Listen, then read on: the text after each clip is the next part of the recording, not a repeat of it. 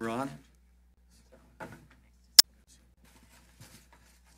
Okay, we'd like to go ahead and start our advisory, I think it's council, but I don't know if it's officially changed yet, but we'll keep going with what's on the agenda.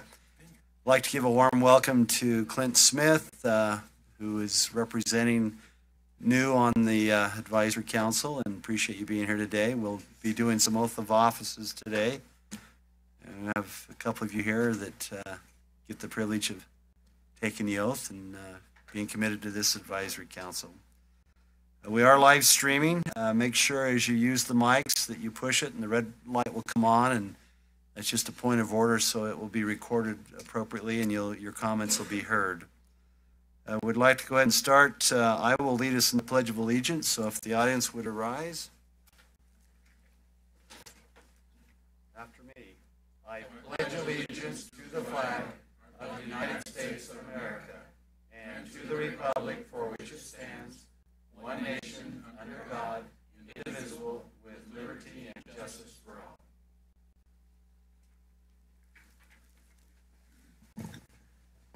Thank you. Let's go ahead and step forward on the oath of office. I think, Kathy, you going to do that?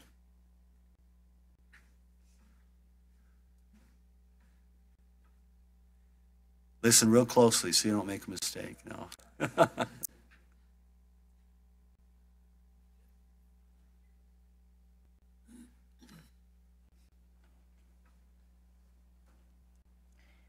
Please raise your right hand.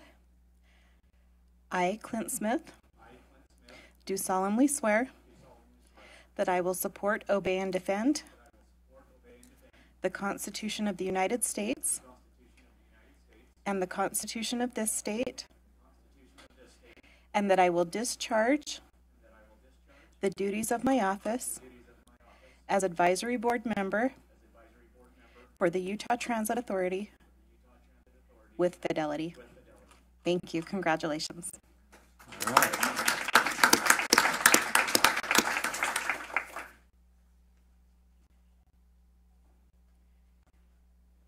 If you'll just come over here.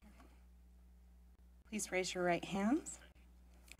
I do solemnly swear that I will support, obey, and defend the Constitution of the United States and the Constitution of this state, and that I will discharge the duties of my office as Advisory Board Member Alternate for the Utah Transit Authority with fidelity. Thank you. Congratulations.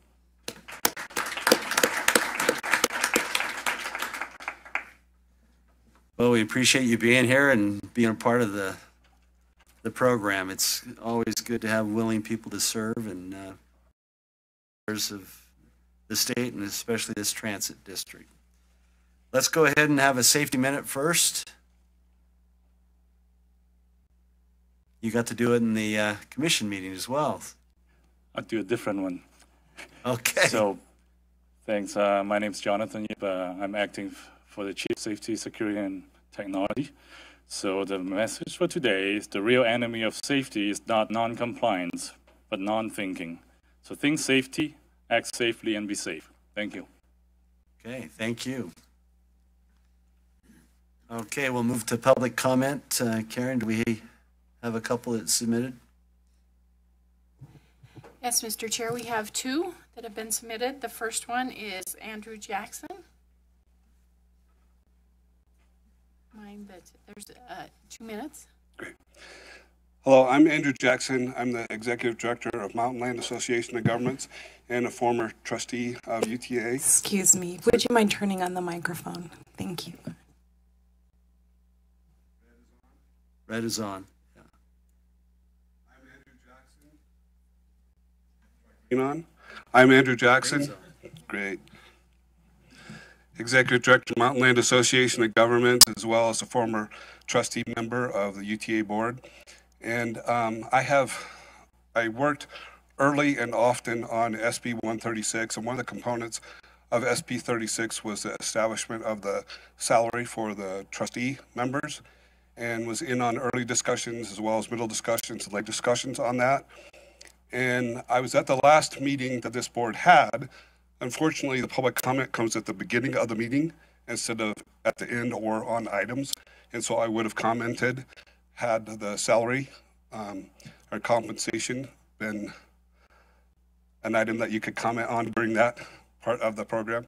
And so I was just requesting that that could be revisited in your March meeting to have a discussion on that, a little bit more further detailed about some of the work that was done with the legislature prior to the governor's office and that. So that's my request, is that you put that on as an agenda item in March. Thank you. Committee members, any feeling about that, to make it a discussion item? Troy?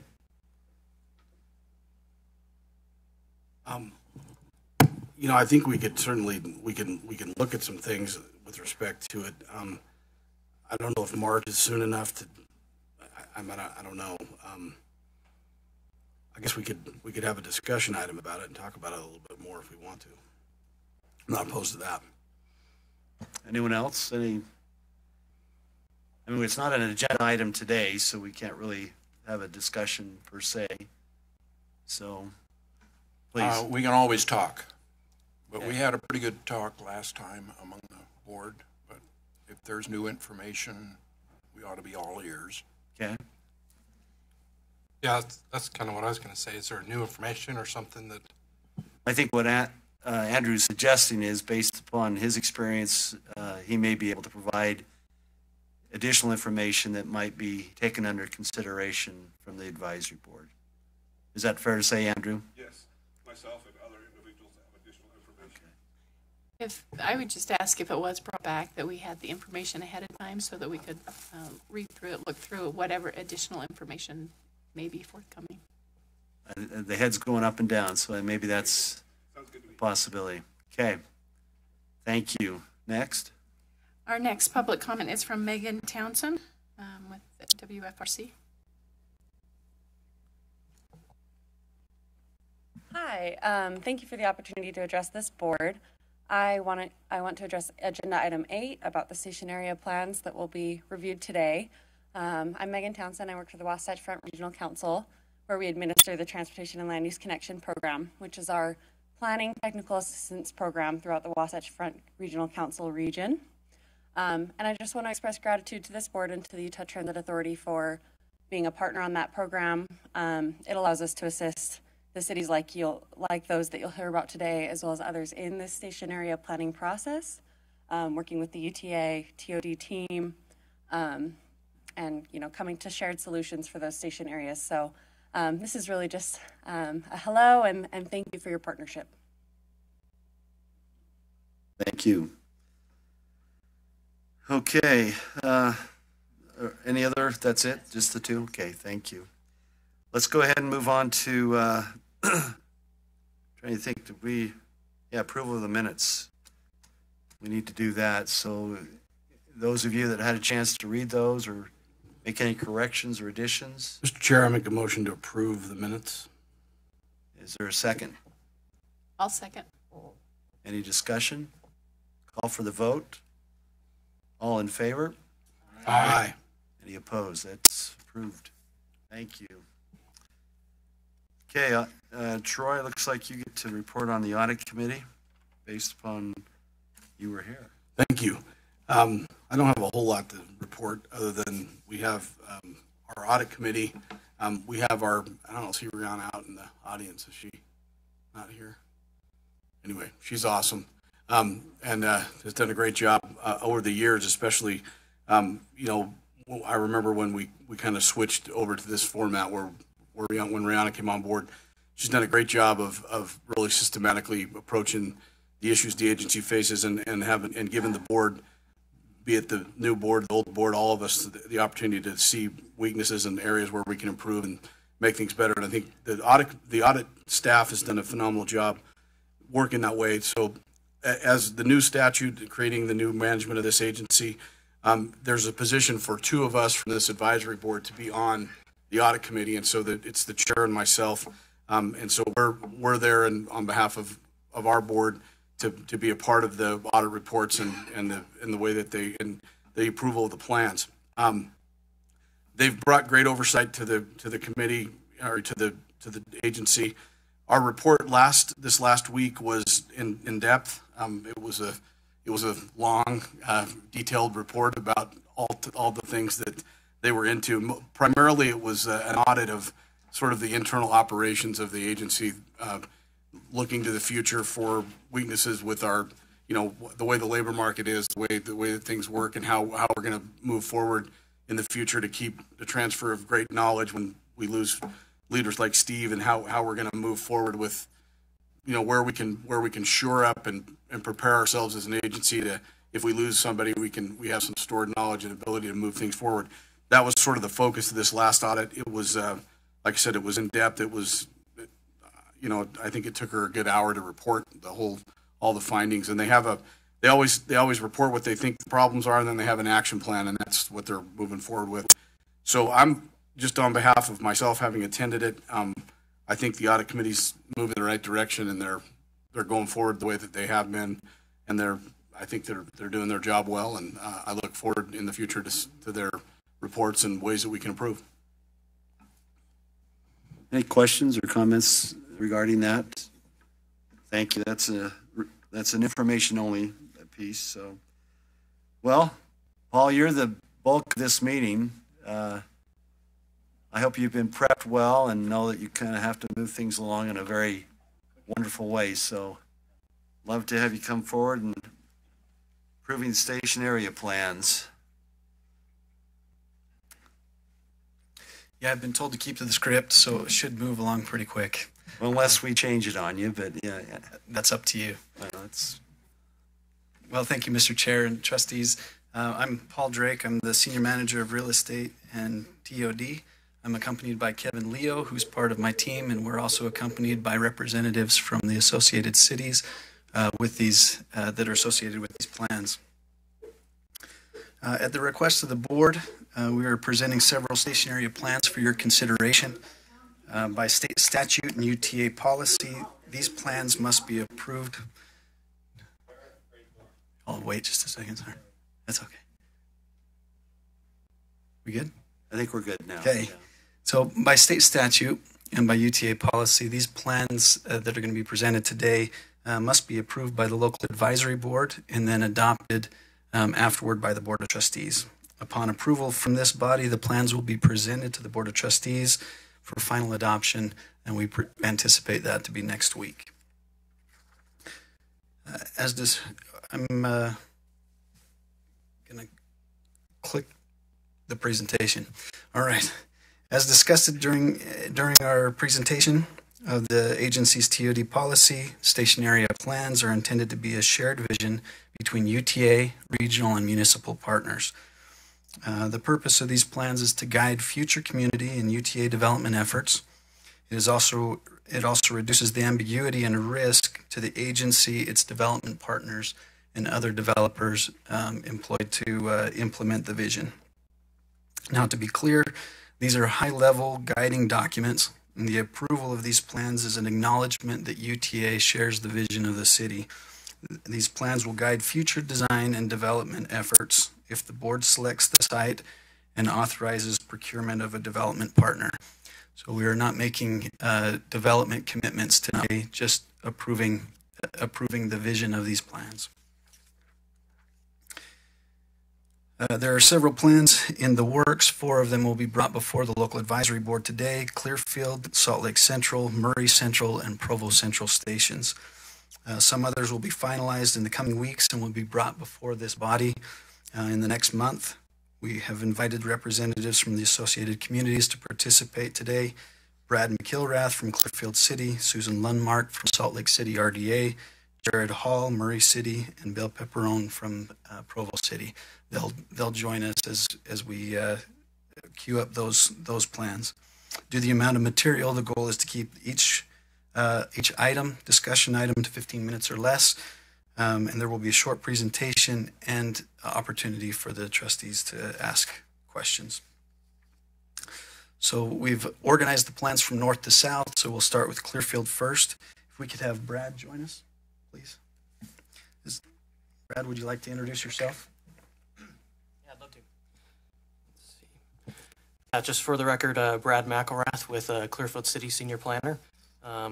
At representing Clearfield City, we are extremely excited about this plan and about the potentials that this has for the Clearfield Station. The city as a whole is eager to move forward with this. The Planning Commission has already forwarded a recommendation to the City Council to rezone the property to allow this type of a plan to move forward. We appreciate the work that Paul and Kevin have contributed to us on this plan, the market study that's been done, and we feel that the potential for this site is unprecedented in Davis County. We really feel that the plan meets the goals and objectives of not only the city, but of UTA as well, and we are excited to present this to you today. Thank you, Brad. That took less than 15 minutes. Oh. That was quick. I'll actually show you some pretty pictures now. Just a second, there's a question. Go ahead, please. Is the area zoned for affordable housing opportunities, or how are you doing that? Yeah, so that is considered as part of this area plan. So the mixed use zone that we're proposing to rezone, it has to have a master plan as part of it, or else the zone then just defaults back to what it was before, which is manufacturing. So the idea is that we do provide a significant amount of affordable housing in this area with a mix of market rate as well. And then this is also part of an opportunity zone. And so we're looking to see some significant growth along this State Street corridor, specifically here, and tie this to the rest of the city. So it's definitely a plan for us as the city to add additional housing and make sure that that's affordable for current residents and also future residents. Excellent, thank you. Mm-hmm. Very good. The plan contemplates an area about a half a mile around the Front Runner Station. It's located at 1250 South State Street in Clearfield. Shown there in blue is the UTA property. The area half a mile around the station, the consultant considered circulation, existing land uses, and access to the station. Key stakeholders decided to focus primarily on the 60 acres roughly that UTA owns. And again, that's indicated there in the blue. The stakeholders' vision for the site is a mixed-use, walkable neighborhood that offers multiple transportation options, is a regional destination offering employment, housing, shopping, and recreation. The site offers an opportunity to create a great place. The goals that guided the plan were to create an exciting destination, create complete community, provide community assets, promote quality urban design, maintain convenient transit access, generate transit ridership, connect the city to the site to the city and to the region, promote the city's industrial heritage. There was an extensive outreach effort to solicit input from multiple stakeholder groups, including city officials. Each station area plan usually includes a high-level market analysis to determine what land uses are feasible and to provide realistic recommendations. For the Clearfield Station, the consultant identified office, retail, residential uses as the most feasible. Office uses are considered feasible for this site because it is located within an opportunity zone and an existing community development area. Limited service retail may be viable near State Street and in key nodes within the development, and site accessibility, particularly the transit component, makes it ideal for medium and high density residential uses. The plan recommends that the site be broken up in a gridded street network with appropriately sized blocks and integrated open space. The main road would connect State Street, that's the thick red line there, would connect State Street with the transit station and surrounding neighborhoods connected by secondary streets and pedestrian walks. The plan calls for a mix of uses with the highest intensity uses toward the center, so that would be the dark blue there with the various uses surrounding. The main land uses would constitute districts with retail recreation district at the State Street entrance in the red, a dense neighborhood core adjacent to the station, which is in blue, and a residential and civic uses on the periphery, which are the yellow and the green. This is an illustrative plan showing how the site could be developed according to the recommendations in the plan. But it's a recommendation, not tied to that plan. We got this diagram shows how key open space amenities could be organized. If developed as recommended, the plan could include up to 1,500 residential units, 800,000 square feet of office, 70,000 square feet of organized recreational use, 60,000 square feet of retail, and over 30,000 square feet of civic uses. Station area plans generally include strategic recommendations. You'll see that with the other plans as well. These are specific to steps cities and other stakeholders can take to help implement the plans. The Clearfield Plan recommendations relate to policy, economic development, transportation, and physical improvements. I've highlighted those that are going to be most impactful to UTA. The first one is rezoning the site to TOD, which was mentioned is underway. This reduces the risk to UTA and its development partners and allows UTA to capture the added value generated from the transit station. The next is consider transportation reinvestment zone to capture tax increment, complete an operation analysis and circulation plan, realign the State Street intersections, and build a signal at the State Street access, create a boulevard street to the station, develop a parking strategy, and that includes park and ride structures, extend trails and pedestrian connections from surrounding areas. The staff recommends that the local advisory board approve this plan. The resolution is to approve all the plans so that we can take action at the end of this, is what my understanding is. But we recommend that this plan be approved by the local advisory board, and that the local advisory board recommend adoption by the Board of Trustees. Are there any questions?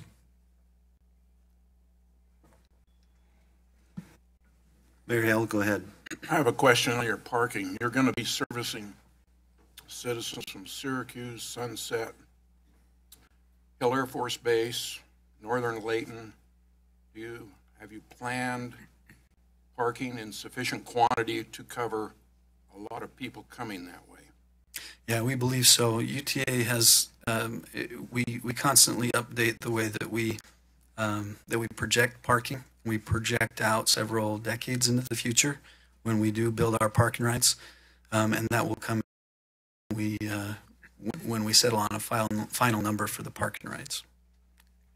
Thank you. I've got a question as to your the surrounding uses that are already in existence, and how did you plan to not impact or to tie in those existing uses? The plan that was shown up there seemed to be a kind of a big square out of the side of that with, I don't know if there's an existing use there already, but again, how did you plan to tie in or not impact, especially if you're rezoning from what is currently, was it manufacturing, is that correct? Yeah, so it's currently a manufacturing area based upon the proximity to the Freeport Center. That block that's there to the right, that has been developed as the Clearfield Station Apartments. That was approved previously as part of the former Clearfield Station area plan. So the previous plan had envisioned the Stadler Rail location to be there, and also to have some flex mixed use or some flex warehouse space. We feel like this plan actually does a lot better at addressing the needs of our community than before, where it provides more housing, it provides an office base, and then some recreational amenities. And then, as you can see on the plan to the north, the top left, you can see that there's a road connection.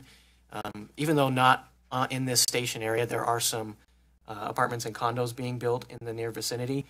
That street, Depot Street, would connect to the station. So it would provide bicycle and pedestrian connections directly to the station. So even though people wouldn't necessarily live in the station, they would be really close to the train. Okay, thank you. Trustee Cronin? A couple of questions. It says on page 124 that you're looking at utilizing the TRZ, or the Transportation Reinvestment Zone, as a funding mechanism and incentive. As part of that, it does not require the usual 10% for affordable housing. Is that something that are you trying to reduce the number of affordable housing units you need? Why implement the TRZ? Yeah, so that just came as a recommendation from IBI Group, who did the plan for us and brought it forward. The idea is not for us to reduce the amount of affordable housing units. They're just indicating that that is another funding opportunity that could be used. Right now, we are capturing the tax increment with the CDA that's in place. It's unlikely that we'll need to implement a TRZ. I think they were just pointing out the differences between TRZ and a CDA.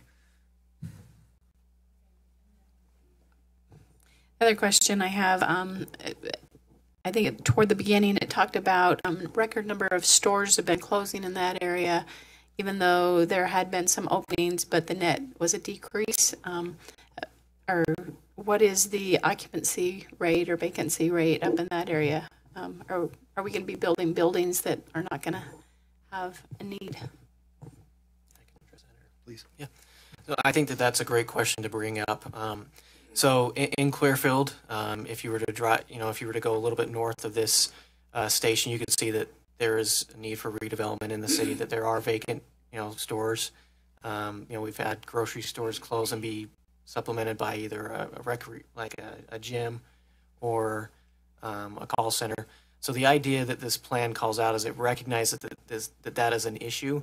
But I feel that it does a good job at recommending that these are the types of uses that we should move forward with in this area.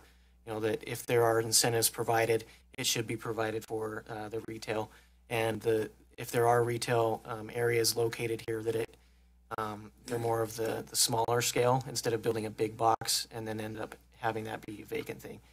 In Clearfield and also in the Layton area in Syracuse, what I've been seeing as a resident and also as a planner there is that most of the big boxes are the ones that are having the vacancy rates, or these older strip mall areas. The ones that are walkable and have good access are the ones that are maintaining the viability in the area. So I feel that following this plan, it would create a retail space or create an environment that will actually make it more successful than what we're seeing everywhere else. So hopefully that answers your question. If I could add to that, the stationary plan, it points out that, retail is struggling everywhere, and it's very difficult for those places to survive. What it does point out is that the locations need to be unique, and that's what the vision calls for. Like Brad was saying, this is going to be a walkable, unique area that could support retail because it stands out from what people have seen before. The other thing is that this is a visioning document.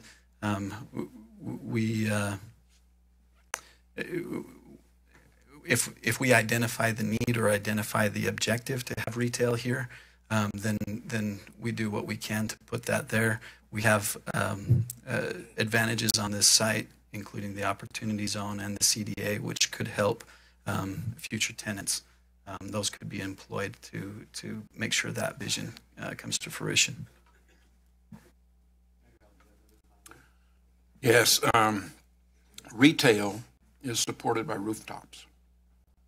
The 1,500 you have planned, is that tied by formula to the amount of retail you anticipate, or do you anticipate more retail to support, more residential to support your retail in the surrounding area, apartments, condos? What is Clearfield's plan there? Yeah, so Clearfield's vision is not only to redevelop the Clearfield station with housing, but to provide a State Street corridor that includes housing. For many years, it's just been zoned commercial. We've recently adopted a form-based code that now allows town residential, mixed-use commercial with residential. It's been almost a 180 change in how we're viewing residential, that we need to provide residential along our transportation corridors, that we need to build our residential near transit in order to handle the growth challenges that we have along the Wasatch Front. Clearfield's not immune to it, no community is, and so we need to play our role as a partner along the Wasatch Front. So we feel that the 1,500 units that we've come up with here aren't necessarily being driven by providing units to support the retail. It's being driven to support the housing need that we have, and also to make sure that when we're building housing, that we're building it near our transit. Kind of a chicken and the egg. Yep. Trustee Collin, go ahead. Yeah, I was just curious what mechanism is in place to ensure this mixed use? My concern would be that it would end up being completely just high density apartments or whatever, and you wouldn't get your commercial, your professional, your recreational, your all the other things that make a part of this project. So what is there development agreements do you foresee? Is your mixed use zone restrictive enough to allow that, or is it just going to be kind of a bait and switch type thing and you're going to end up with all these apartments and that's it? I think that's a great question. So the mixed use zone is specific enough that there has to be a plan adopted, and then that plan has to be adhered to, and then including a development agreement that's executed between the city and a developer. So that way we don't have, like you're saying, the bait and switch of we're promising this and then this is all we end up getting. So with that, that's why the city wanted to pursue this type of a plan where we're identifying where those uses need to be, and we're identifying the specific residential districts, the recreational districts, and then the office districts. And so the idea is that in the time being, this plan would be the framework for moving forward on this station area. And without this type of a plan, we wouldn't be able to approve the adoption of the mixed use zone. We actually need to have a plan in place. If I could add to that as well, this is the advantage of UTA being involved in the planning process and being controlling the land, is that we will have our own development agreement with the developers who come in. We can tie them to certain terms of the agreement. All of those will be coming back to our board, and all of that needs to be consistent with this plan, according to our policy. Okay, Troy, you have a comment? So I remember back a few months ago, maybe it's been more than a few months, when we were talking about this very project, Paul, with this potential for the rail company, the name escapes me, Stadler Rail, building a facility there to construct rail cars. That's gone away. But I remember we had a lot of discussion about what Clearfield was willing to do. One of the things they talked about when they were trying to persuade the board then was they were willing to build taller buildings and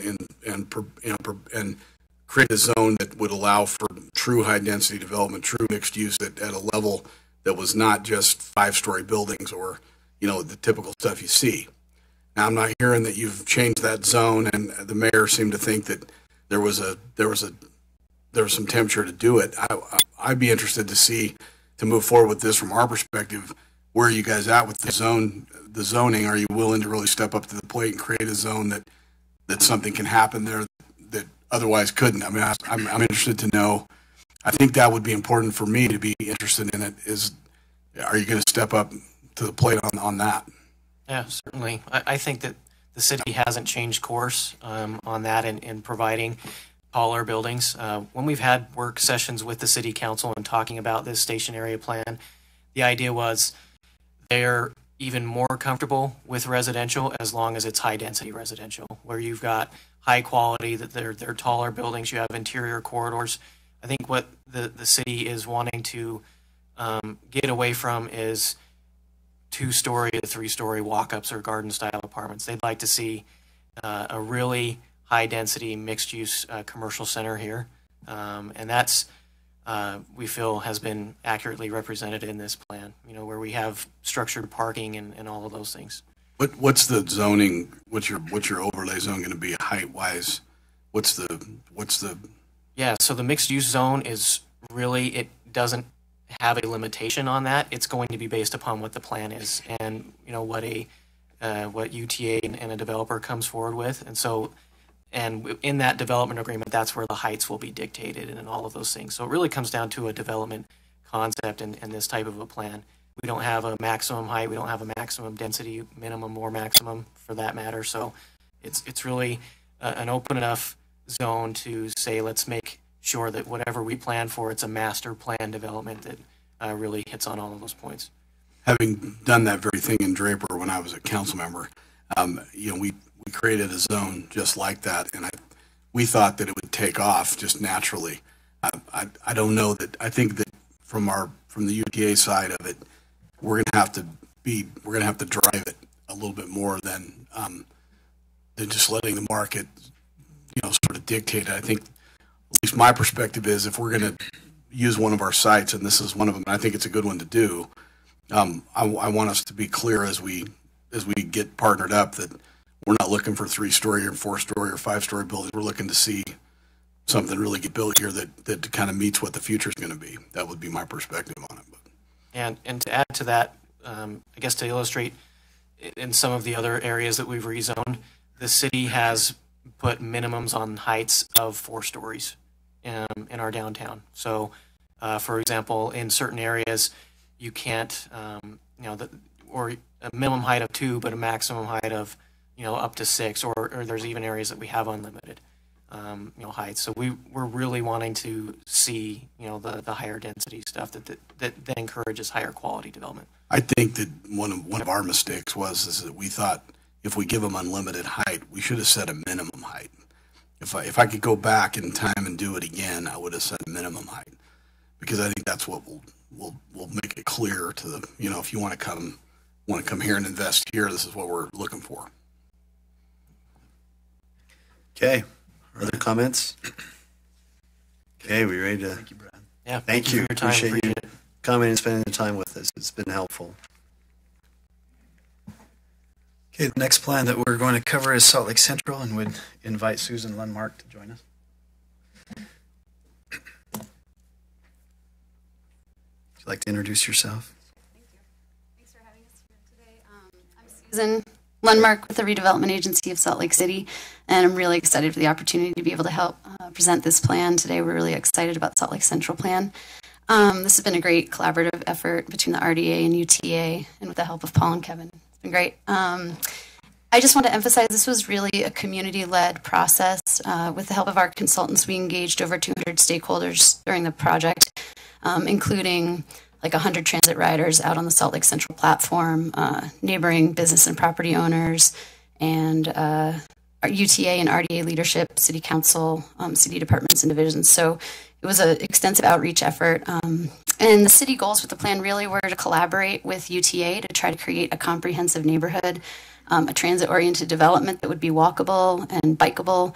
And I really think that this was achieved with the plan. We're very excited with the outcome, and in large part due to how much input we got and comments received through the planning process. And we are really looking forward to continuing to collaborate to try to implement the plan. Thanks. Thank you, Susan.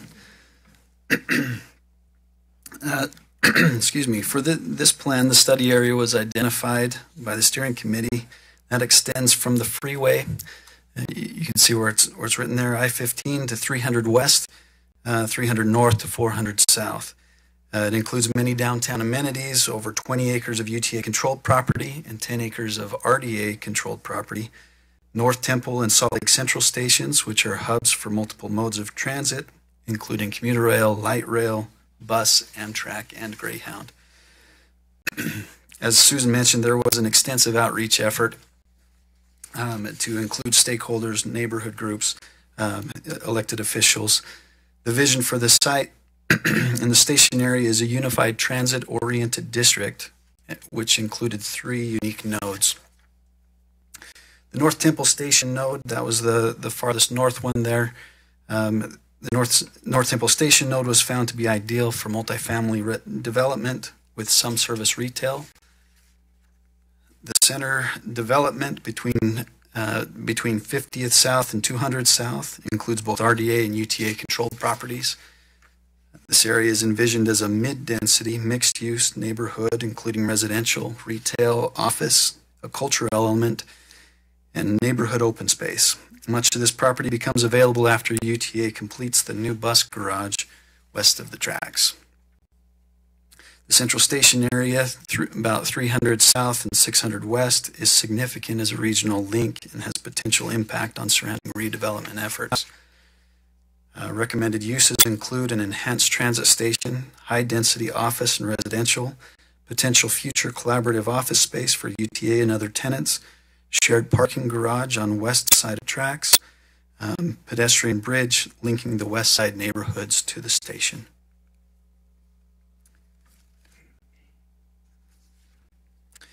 These developments could be phased over the next 5 or more years with immediate improvement opportunities around the North Temple area and Pioneer Park. The central blocks and key corridors could be improved in 3 to 5 years, and Salt Lake Central and Station Center developments could be completed over the next 5+ years. The station recommendations, the strategic recommendations include improving the station environment, supporting the pedestrian and bike infrastructure, addressing the homelessness issues in the area, reduce parking ratios, create neighborhood center north of 200 South, and encourage mixed income housing options. Staff recommends that the local advisory board approve the Salt Lake Central Station Area Plan and recommends adoption by the Board of Trustees. Are there any questions or comments? We good? All right. That was easy. All right. Thanks. Got off easy, Susan. Thank you. All right, thank you. Thanks, Susan. The next one in line is the Murray Central Station. If we could invite Jared to come up, Jared Hall.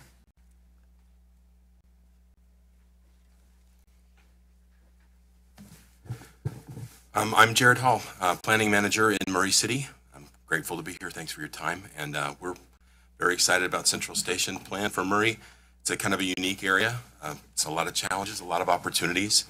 The Planning Commission is reviewing this tomorrow night for adoption, for recommendation for adoption to the City Council. So we're excited to keep it moving forward. Glad to be here. Thank you. Thank you, Jared. Oh, can I say one more thing? Sorry. Brad's kind of pulling double duty. He was instrumental working in Murray with us when we got funding for this plan and left for Clearfield jump ship. And so I just want to recognize him for that. He was integral to this part too. So. Thank you, Jared. You bet. And Brad.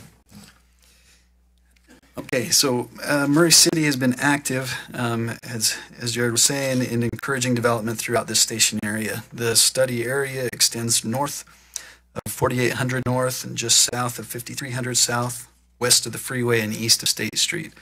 The primary focus of the plan is in the area around UTA's commuter and light rail stations, and that's shown in brown. It's just west of the Intermountain Medical Center. It's appropriate that subject property is shown in brown because the primary constraint of this area is the environmental contamination from the old smelters.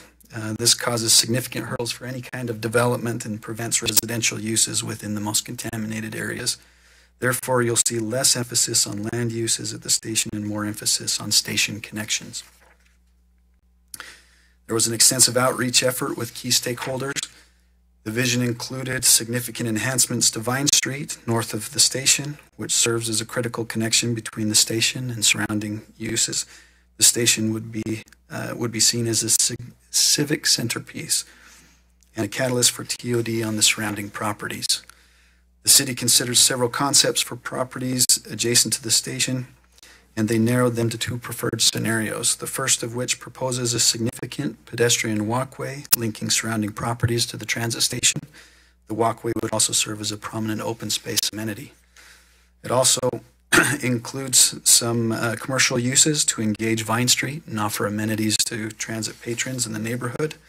The second concept envisions a smaller pedestrian bridge connection and an enhanced station building and experience, including an urban pocket park between the tracks and front-runner platforms.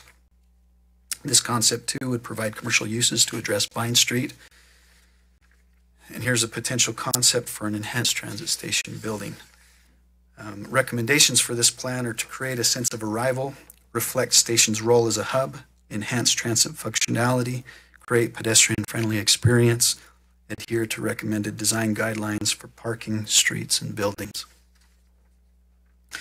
Staff recommends also that the local advisory board approve the Murray Central Station Area Plan and recommend adoption to the Board of Trustees. Any questions?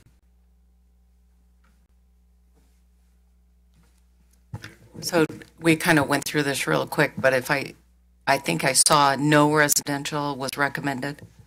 We're not able to do residential in that smelter site over in the district. If you're familiar with the IMC building and the kind of the large parking lot area there in the Costco, a lot of that is very contaminated area, and the original record of decision would have to be altered, which might take a decade and cost millions. Sure. So the thinking is if we want to move forward now, the best thing to do is to recognize that, accept it.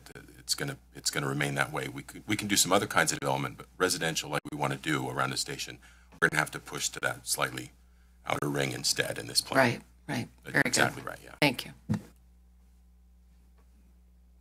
And is the zoning overlay similar in that you're trying to encourage, give a minimum height, or is it similar as? We don't actually. So there's several zones already in place that are all contained within this particular master plan, but none of those zones have, well, one of them is just a standard kind of retail zone where the Costco is located, et cetera. The zone that we intend to put in place for the hospital site itself for the IMC is a professional office zone. It won't have height limitations. We have 3 mixed-use zones in the city of Murray. 2 of them are represented in this station area. Neither of those have height limitations or density limitations. One of them does have a minimum height, 4 stories. It's a little lower than you'd like, but yeah. So we do have some of the ability to do a lot of things. We've seen a lot of interest in high-density housing and mixed-use development in the area already. We have some projects that are 85 units to the acre, 75 units to the acre. We don't limit that. We have capital improvements plan going up to 100 units to the acre in this whole area. That was approved several years ago, and the city's actively working to make that a reality so we can support the potential developments as they come. Thank you. Thanks. Okay, Steve? So given the constraints of the soils and that, with some of the proposed improvements like the pocket park and then the parking structures and that, what's the feasibility of those given those They're constraints? challenging in and of themselves to do, but they can be done. What we can't do is, not to oversimplify, but we can't ever having anybody sleeping overnight on these sites. So you can play ball, but you can't sleep. Right. So we can do some playground. They'll be challenging to build, but we can do some playground areas and some open space areas, and it's safe in that regard. And we can do offices, we can do retail, but on that most contaminated area, we cannot do residential. Just a curiosity, what is the plan for cleaning up that site? So you're cleaning are most of the sites around it also contaminated that you're cleaning up to a commercial grade?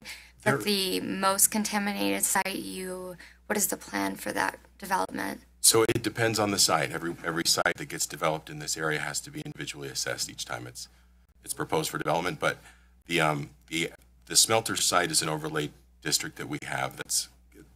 The whole station area is included in that, and those rules are already kind of in place. So that it's not an active cleanup site; it's a monitored site. We worked extensively during this planning process with the State Department of Environmental Quality and with the EPA. They're not moving on that particular site. Around the station, though, the contamination gets less, and we can clean up those sites. And the city has cleaned up a couple of sites, and the projects that have come in have done remediation and things like that. So we don't have an active plan. It depends on each particular site. It has to be assessed individually. The standard running joke is there's not a lot of uncontaminated land in Murray if you're north of that smelter site. There's just the prevailing southerly winds. There's a lot of contamination. Every site, we don't do anything without environmental studies. It's just not possible. And most of them go to phase 2 and involve some kind of remediation. But we're kind of used to it, so there's not a real answer to the smelter site itself. And the sites around can't be cleaned up to a residential grade? They can. So if you look at the plan, just that middle brown section can't be dealt with for residential, but around it we can, and we have a large section of mixed use zoning in that area where we have active applications and some concept applications for higher density housing and mixed use developments in those areas. They'll have to be cleaned up as they go, though. Yeah, I was just curious.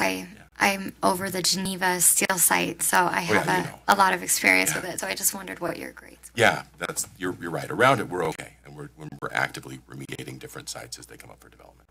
She's dealing with what you're dealing with. Yeah. So, Trustee Cronin? I didn't hear it mentioned. What is the percentages of land ownership? How much is UTA involved land? I don't know the acreage off the top of my head. Paul, do you? Well, let's see if I've got it. I don't have it off the top of my head either. I think we have. Do you remember, Kevin? I'm sorry. I'm remembering at our station itself, it's probably around like 7 or 8 acres. I can't remember. But again, what the visions mostly look at is mostly on our land. But I guess there's some more overarching things that can happen in the station area as a whole for mixed use. and other things, we wouldn't have as much ability to maybe provide incentives, but there might be things that could be done with the zoning and other things that might be able to encourage that to happen. Okay, good. Other questions, anyone? Thank you. Thank you. And I think Brad's the one, if it doesn't work, Brad's going to take, because he was there before, or is that how it works?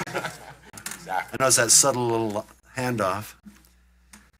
Before we start the Provo Central Plan, we need to point out something that's unique about this station. UTA some time ago selected this site as one of our 5 TOD sites, and we have procured a developer under the old TOD policy. That partner moved forward in good faith under the old process when UTA asked them to suspend their efforts until the new policy was established and that a station area plan could be performed with the city.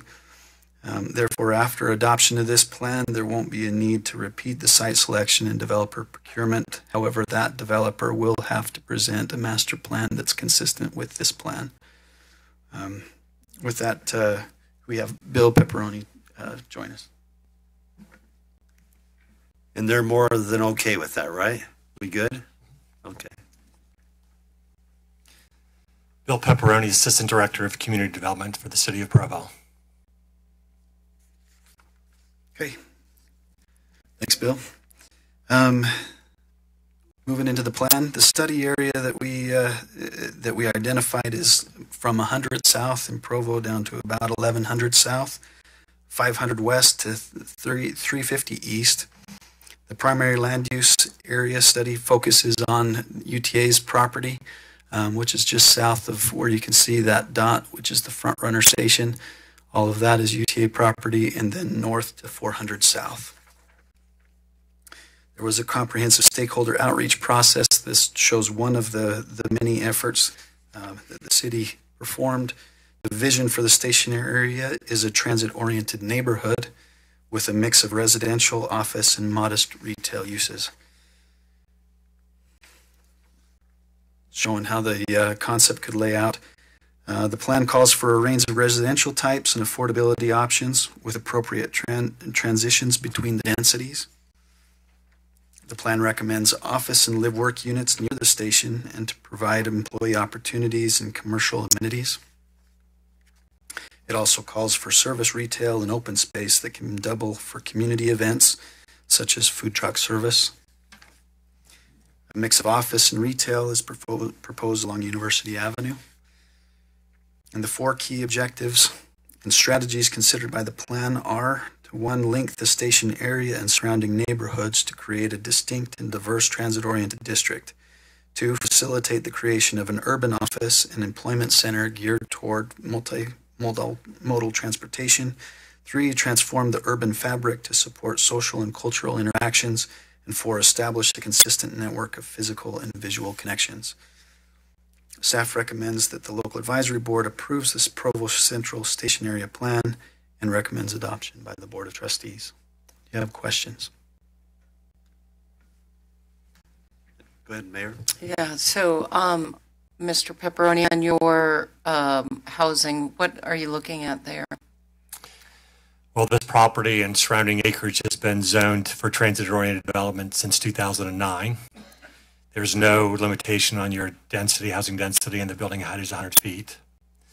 About 6 years ago, the planning staff did a downtown master plan that included this area. It added another layer of detail and information to the city's general plan. The value of this station area plan is it adds even more detail to our downtown master plan. UTA personnel made a presentation to our Planning Commission and our City Council within the last month. The City Council is impressed with the work and has directed staff to initiate a process to adopt the station area plan into the downtown master plan as an appendix. And what does the housing portion of it look like for affordability? Well, in this area, Provo, first of all, Provo has the lion's share of affordable housing in the county. And this area of Provo has the lion's share of the affordable housing that's in Provo. It's concentrated in this area. just in the last few years, 2 new projects have gone in that have been low and moderate income housing. It's anticipated or has been anticipated for many years by the city that a significant portion of this property would also be low to moderate income. Oh, that's awesome. Because of the concentration of that in this area, that was the value of UTA's process in working through the neighborhoods and the neighborhood organizations in creating this document. They've began to feel overly impacted by the amount of low and mod housing they're getting in the area. So the public outreach process that UTA went through was very valuable. It was very beneficial. Yeah, are they finding that the cost of housing is going up so fast that they're willing to continue down this path with affordability? Yes, at least the city council is saying so, yes. Thank you. Others? Julie? Okay, thank you. If I could give just a heads up, thank you, Bill. If I could just give a heads up on the next steps, because that might be on your mind. Staff is working with the Board of Trustees on the system analysis tool. That's the tool that helps us to rank and to evaluate our various stations for potential development. The tool concept and weighting is to be presented to the board for approval next week on February 27th. Well, like I said before, there's also going to be additional station area plans that we'll bring before this body next month, March 20th.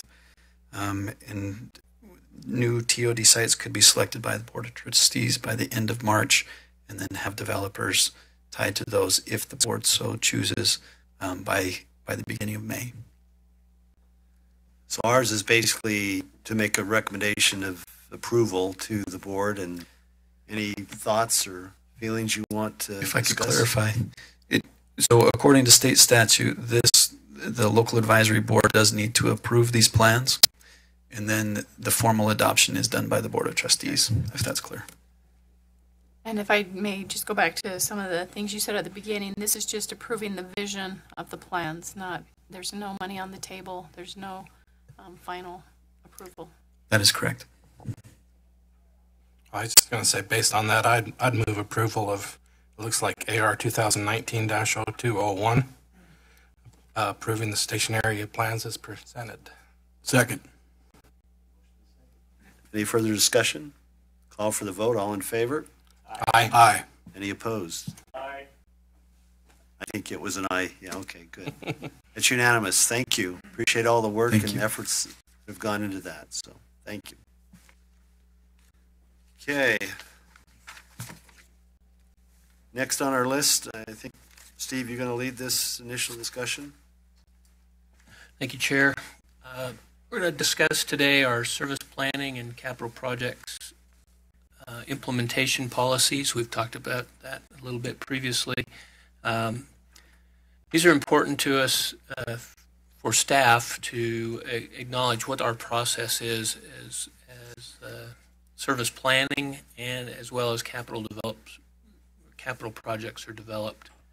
And you'll see involvement in all parts of the agency as we go through this. It's important to me as executive director that operations is involved in capital projects, because oftentimes that gets turned into an operating part of the business, and we need to get that input. Planners are often involved in that in the open initial phases, but it's important that the capital people are involved in the initial planning as well, and we want that continuity of participation throughout the life of the process.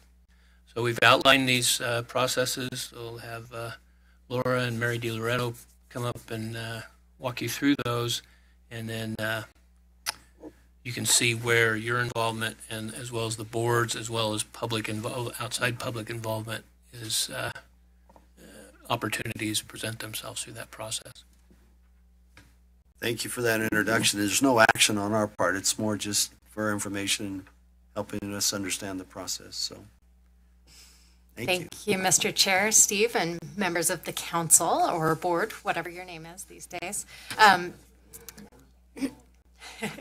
I'm happy to have some time on your agenda today to talk a little bit about our service planning process. And that was a great introduction from Steve. Our goal really here is to make sure that our service planning process, which really affects you all in your individual communities pretty directly, is transparent, it's predictable, it's consistent in the way we apply it. And we're also making a special effort to be much more deliberate in how we engage with local governments in this planning process as well. So go to the next slide here. So we have a process. This chart will look familiar to you, similar to the one that Paul Drake has put together for the transit-oriented development process, and you'll see one coming up here from Mary as well. But our process really begins with a 30-year vision. That's the regional transportation planning process, the MPO's lead, and ends with service on the ground. We have 4 phases here. Every single one of these phases includes an opportunity for community engagement and public engagement. And our hope is that we have a solid plan and a process here that's thoroughly vetted, has your approval, and that when we get down to implementation, everyone says, oh yes, I remember, that's what we talked about, and that's how we got to this decision. Historically, although we've had a very robust internal process, it hasn't been quite as explicit. And I think from a community perspective, it appeared that sometimes we were moving from the regional transportation planning process right to the annual change day process. And there was some misunderstanding or just uncertainty and lack of clarity in how we got to those decisions. And so we're hopeful that this planning process will really highlight all of that and make it much more clear and hopefully result in strong buy-in from the communities. So the first phase I mentioned starts with the regional transportation planning process. This is a process that is managed and led by the 2 metropolitan planning organizations within our service area. So the Wasatch Front Regional Council covers Salt Lake County, Davis County, Weber County, and Box Elder County. And the Mountain Lands AOG covers Utah County as well. And then parts of Tooele, they're a regional plan or a rural planning organization rather than a metropolitan planning organization, but Wasatch Front provides support to them as well. So this process should be somewhat familiar to you all already. It's updated every 4 years. It's a 4-year planning cycle. The MPOs work with the local governments and their policy and advisory committees to establish some goals for those plans. They have small area meetings where they bring all of the community members together. A lot of local officials, members of the public come together and say, here are our needs for our community. And this is an image here of one of those meetings that the Wasatch Front Regional Council held. Local governments come together, they roll out maps, and they say, you know what, we really need some sort of connection here. This planning process includes both highways and transit, as well as active transportation. And then it's the primary purpose of this planning process is really to phase investments in major transportation infrastructure, as well as guiding federal funding priorities. So we have to have this plan in place in order to be a recipient of federal funds for any of these projects. So this planning process, they gather a lot of input, develop a draft plan, and then take it back to the communities and say, did we get it right? Does this match what you thought you might see in this? And do you agree with how we've phased these projects in terms of need and then also fiscally constrained on when they can be approved? This process right here ends with one of 2 different paths. Major projects, so a BRT line, a light rail line, commuter rail line, high-level projects would then move into the capital development planning process that Mary DiLoretto will talk about in just a few minutes. If it falls below that threshold, so local bus service or anything below that, it goes through our service planning process, which it continues on the next slide here. So this is a new process. Again, we've had something similar internally, but we're making it much more deliberate and explicit. And we are calling this the 5-year mobility planning process. Our goal with this is to mirror the RTP planning process. So again, it feels familiar. We're going through a similar process where we have sort of scoping meetings. We collect a lot of input from local governments, say, what are your needs? What are your goals? We draw some lines on the map. we go back to the office, put together a draft network plan, and then bring it back to you all again and say, does this meet your expectations? Is this what you thought you would see? And the approval of this planning process falls to this board and then the Utah Board of Trustees. So our hope is that if we do this process well, and we'll update it every 2 years, that everyone in the community will know exactly where we're headed. This should result in annual work plans for the next 5 years so that we'll know, okay, August of 2020, this is exactly what changes are going to happen. And it's a result of this very deliberate process with lots of input. And then August 2020, we know what's on the plan for those that year as well. We're lucky in this first phase of this planning process that we have some additional resources we can put towards this. And you heard me at your last meeting talk a little bit about our UTA Service Choices planning effort. That is our first kind of introduction to this new planning process. And so we'll be reaching out to you all very shortly, kicking this off in March, asking the community to provide a lot of input on what the role of transit is in your community, what you think it should be, and how we should prioritize our resources. So you'll see on these graphics, everywhere where there's a little red star is a public engagement opportunity. You fall in the sort of, I guess, if I can remember my geometry, the pentagon shape is the advisory board approval period. And then the UTA board approval follows that. If you see something in the plan that you don't think matches what we've heard through our public input, then we have an opportunity to kind of go back to the beginning of this and say, all right, where did we get it wrong and where can we make changes? So after that, we get into really the implementation stages of the plan. When we begin this process, everyone here should know exactly what the plan is, should feel good about it, but we're still going to go back to the affected local governments. If you have a service change planned in your community, we'll go back and we'll say, hey, Vineyard, remember we sat down a couple years ago and we did this planning process. Now it's time to implement this phase of the plan. Does this still meet your goals for your community? If it does, then that's great. We'll move forward. If maybe some major land use shifts have happened in a community, then we can say, all right, maybe we need to put this back into the planning cycle and come back and revisit it again in the future. This phase includes a public hearing as well as a Title VI analysis, which is a process through which we look at all service changes and make sure that there are no disproportionate burdens or impacts to minority or low-income populations. The UTA Board of Trustees has approval authority over the Title VI analysis per, actually, I think this is a federal requirement that we do this. And we have made changes in the past based on comments that we've received through public hearings or through the Title VI impact analysis where we've said, you know what, on second thought, we didn't anticipate this issue. We need to go back and hit the pause button on that. So, and then the last stage is actually delivery of the service itself. So we have 3 change days per year at UTA.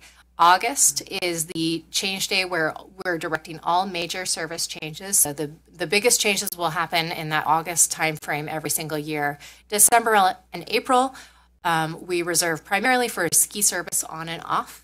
And then once we have service running on the ground, the public engagements doesn't stop there. We're always collecting public comments. People can submit and often do submit feedback to us and say, you know what, I'm just missing my transfer from this bus to another or to the train. Could you take another look at that? And so we're always collecting that information as well as performance data on how well our routes are serving the communities. And then that goes back into the planning process again at the beginning. So that's a quick overview. I'll just zoom back to the 4 phases there. So we have a 4-year planning cycle that's led by the MPOs, a 2-year planning cycle that you all approve, and we work closely with you all to develop. Operations planning is really coming up with the schedules and the bus operator shifts, and then service delivery. Now this process is really just one of several tools that we have to guide our service planning decisions here at UTA. So I've highlighted the policy, and we'll have policy language that accompanies this flow chart. for you to look at also. But this is just one tool that kind of sets the framework for how we do things. We have a service planning overview document, which is kind of an overview on all the various things that go into making service planning decisions, from land use densities and market segmentation and transit propensity. We have service design guidelines, which are the performance measures against which we measure whether a route is performing or not. We have this 5-year mobility plan, which becomes an annual work plan, so we all know what's coming in the future. We are working on finishing up a bus stop master plan. We have 6,300 and something bus stops in our system. A lot of those are not meeting our current standards or the kind of the level of amenities that we would like them to be, and so we're figuring out with this process how to prioritize our investments. And then we have a comprehensive system analysis that takes a look at our system every single year and says, is it meeting our goals or not? Is it meeting performance objectives? And if it's not, why is that? What's the root cause? Makes recommendations, and that feeds back into the whole planning process. Any questions? Thank you. Thank you.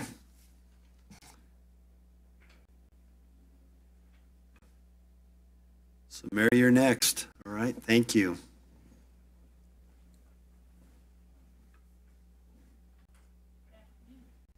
Hello. Hello.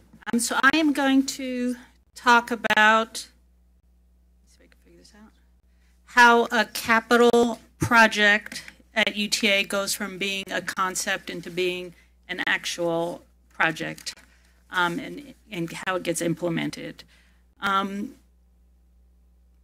So when we talk about capital development projects, what we're including in that is any new or extended rail projects or BRT projects. And it also includes construction of any new or replacement transit facilities, such as an intermodal center or a maintenance facility. It does not include transit-oriented development projects because they go through the separate process that Paul explained earlier today. And it also doesn't include any state of good repair or any maintenance projects because those are just things we have to do to keep our existing assets up to good state of good repair. And one of the responsibilities of the advisory board is to approve and recommend final adoption of capital development projects, including the funding of those projects. So we want to just go through the implementation process and show you where we think it makes most sense to come to you for your approval and recommendation.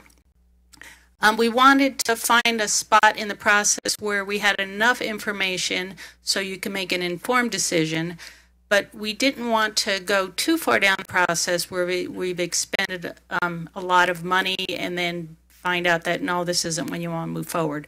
So the draft policy that you have in your packet explains where we think it makes the most sense to get your buy-in on the project, and then also how we plan to update you throughout the process on those projects. So here is our process. It looks familiar, as the other two did. And the planning part of it is in blue, and Laura kind of went through how the planning projects go. Once you get to the end of the blue, that's where we kind of have a project defined.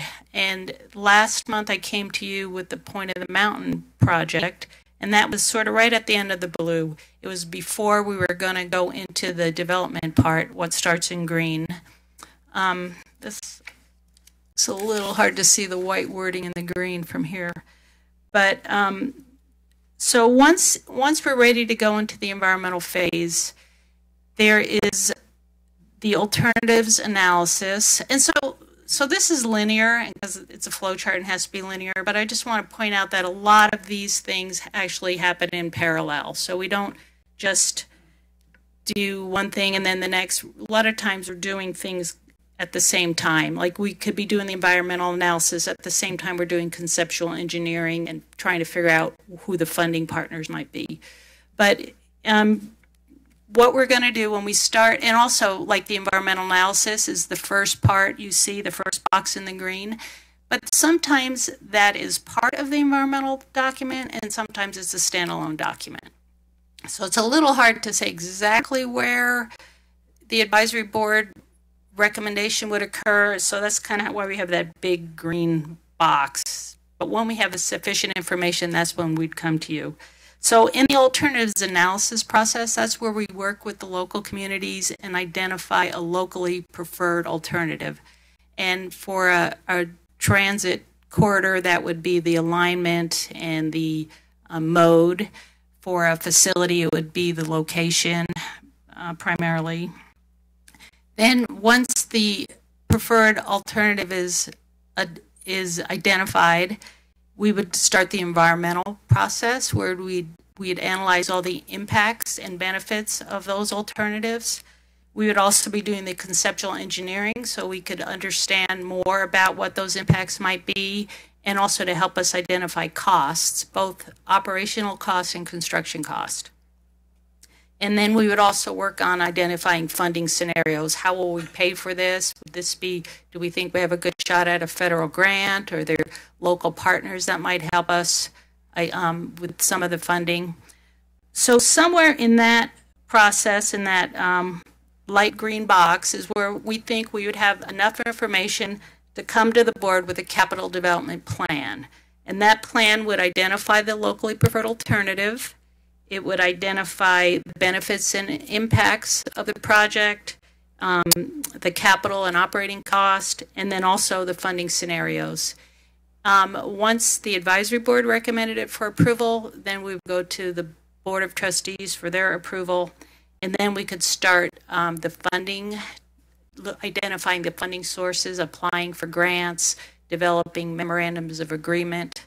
Anytime a grant or a funding agreement would be over 200,000, we would get the Board of Trustees approval, and then any procurements that were over 200,000, we would also get the Board of Trustees approval for that. So that's our process. We do want to come and update this board at regular intervals. We have the Ogden BRT project we're actually going to present in a few minutes, which is kind of in the funding and procurement phase right now. So in the second two green columns, we've already completed the environmental for that. We've put out a RFP on the street for a designer, and we are also have submitted our Small Starts funding grant application to FTA. So just wanted your thoughts on that, if that, if you think that's the right spot for your input or not. So today we presented both of these flow charts about our process. So we need your comments and suggestions. Is this the right area for advisory board approval and your input on these projects? We didn't want to, wait too long in the process, get too far along, and start spending significant dollars. As you get, into that environmental, you're really, starting to spend some real dollars in a process, and didn't want you to feel like a decision has just been forced upon you, that there's an opportunity for you to really weigh in on with value into these projects and processes. So, any comments on either the capital or service would be welcome, so that we could take those into consideration as we go back to the board. Okay, Troy, go ahead. I just wonder if maybe I'm not understanding, but the alternative analysis, maybe the advisory board green box ought to include that at some point. Well, I think what we're showing there is that we would be into that process past that before we would.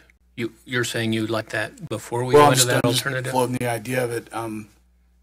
I think just about everyone on this board is an elected official or has been, or the alternative analysis portion of any of this stuff is what generates lots of public input and interest.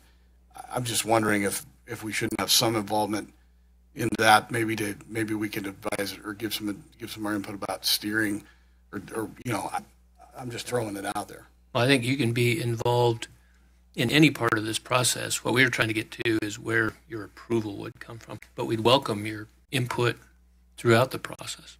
And that's where I think Mary's talking about. She want to come back and inform you about proposed capital projects as well as capital projects that have been advancing and moving through the process so that you can be informed on that and give us your input. So it's more just than being informed. It's at a point in time when we've dedicated or committed money, and you would prefer us as advisory board not to weigh in after that direction's been given and committed to, the way you have to go back and change everything. That's kind of what you're saying, right? Yeah, we want to provide you enough information so you could make an informed decision, but not have expended, not gone too far down the line where it would have cost a lot of money that would be wasted. We'll know it when we see it. How's that for an answer? So back to my question. So with the alternative analysis portion of it, don't you feel like as you look at alternatives, I mean, that's really, you're going to start, I mean, just to decide what the alternatives are, do you not want the advisory board's input on approval on these are the alternatives we're going to go study? That's more of the public process where we go out to the public and see what alternatives are they're interested in, and then we would look at all of those. And if the advisory board had additional ones they would want to look at, for sure we'd want to be informed about that. Sometimes the alternatives analysis is actually part of the environmental, like an environmental impact statement, and not a separate document. So we would, when exactly we do it is a little fluid, but yeah, we would want input, but that's more of when we go to the public and get all their input, and then we would come back and say, here is what we hear from the public and what they want to see. So, when I first looked at this, as I was reviewing it last night, I kind of looked at it as that green box right there is all the points during that you would be coming at intervals to the advisory board, getting some direction, steering, kind of like a planning commission, with the final approval happening at some point, and you're asking which point the final approval is that way. Well, it was really hard for me to put this on paper what it should look like.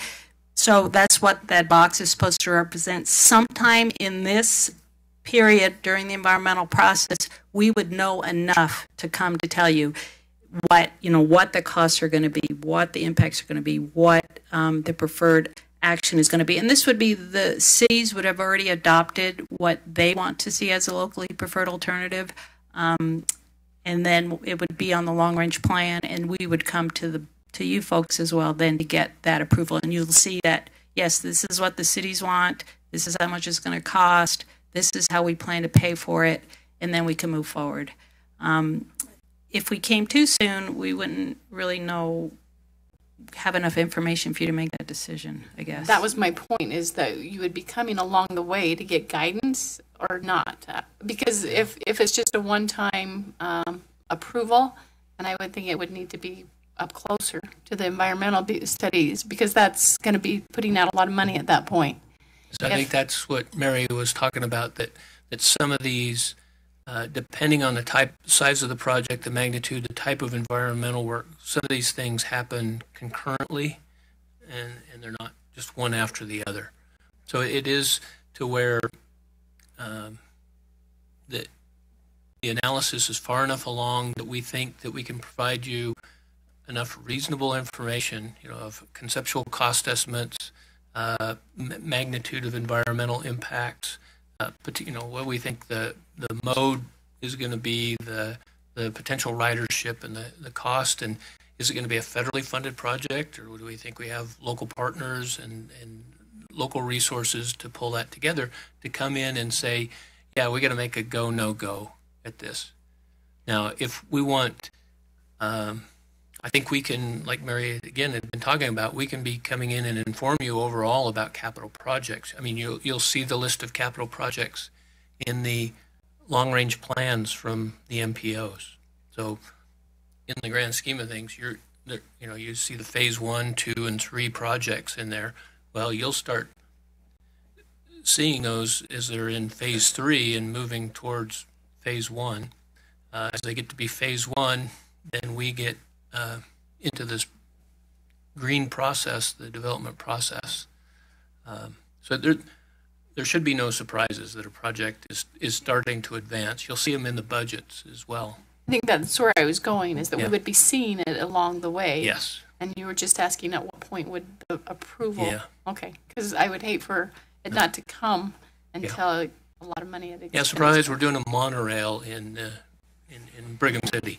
So, you know, we need to know by next week. So just to be clear, so what you're saying is by the time the alternative analysis would get to an approval position, you already had the full public vetting and you're going to bring us something that says, okay, every affected community along the way, we've done our analysis and this is the preferred alternative.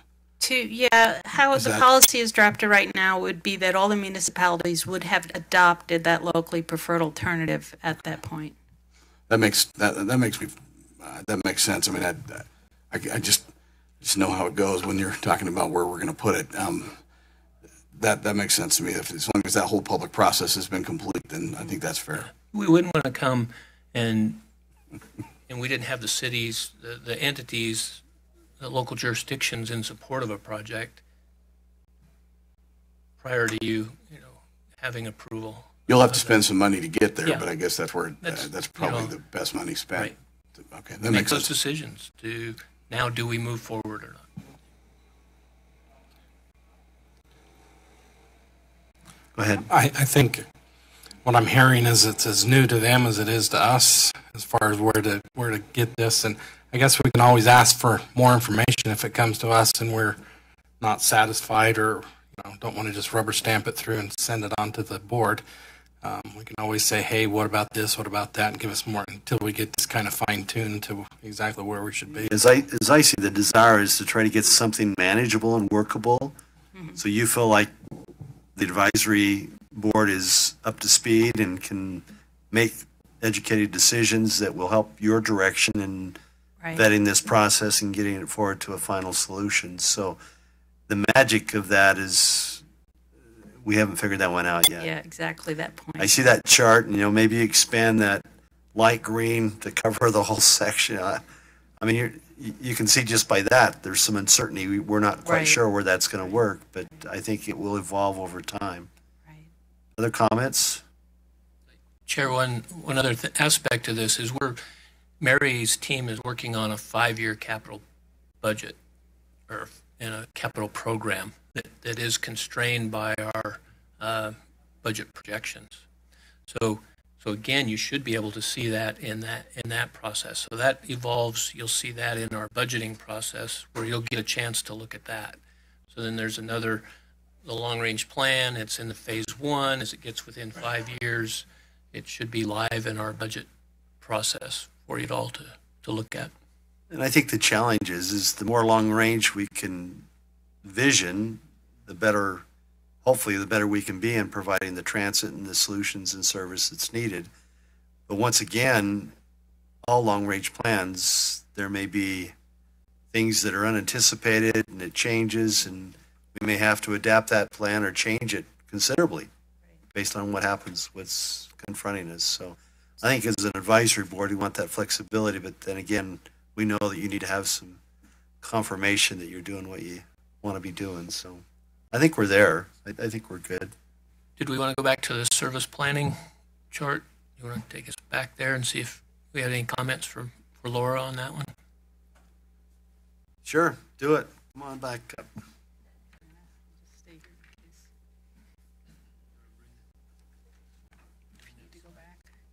You want to bring that slide up?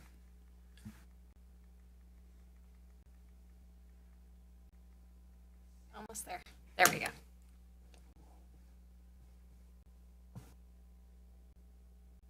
So do we like what we see? Are we comfortable with that? Additions? Timing of that? I think that by very nature of the name of the board, advisory, we would also be kept abreast of things along the way and be giving advisory comments so that final approval is not just a first time see. Is that right? Exactly. Yeah, that's our intent, is that you'll have lots of information throughout the whole process. And when we get to that approval period, you'll know exactly how we got there and why. Mayor Hales? I appreciate the step by step.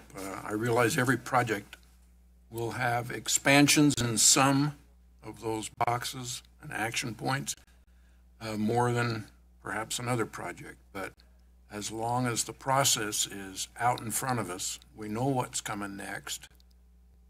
I think this is very well laid out, and I would approve it.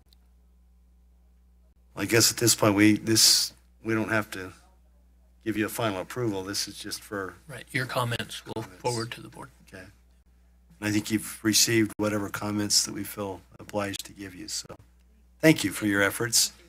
Are we going to talk the Ogden? Yeah.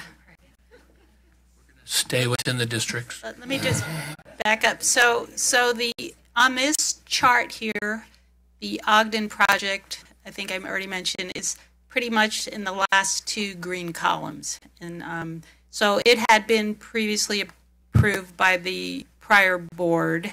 Both the memorandum of agreement for funding and the locally preferred alternative had been previously approved, and Hal's going to talk about where we are now in that process. So case in point, don't mess with this. We're well down the track, right?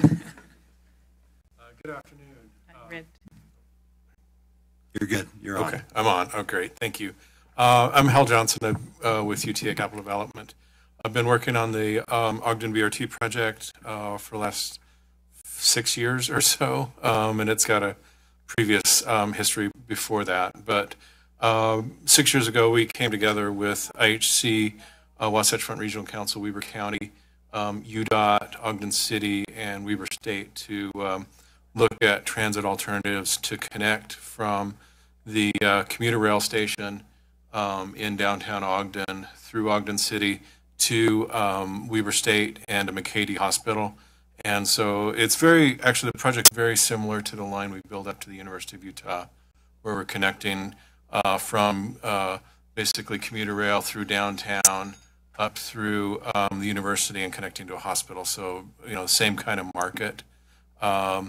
And so kind of the purposes of the project really to improve transit service within Ogden. The route that this is would be replacing is the 603, and that's a top route for the Ogden Business Unit.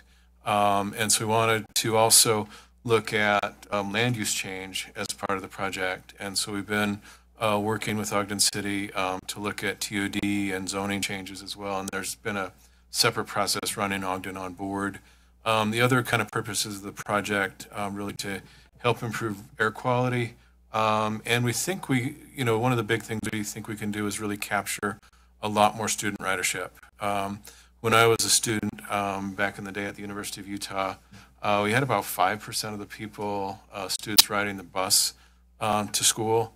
And with the implementation of the EcoPass as well as the rail system, we carry almost 40% of students, faculty, and staff use transit. So we're going after the same kind of market with this project. So as Mary mentioned, this is the chart you saw previously. So the Ogden BRT project, we are moving forward towards the implementation stage. We've secured most of the local match needed for the project.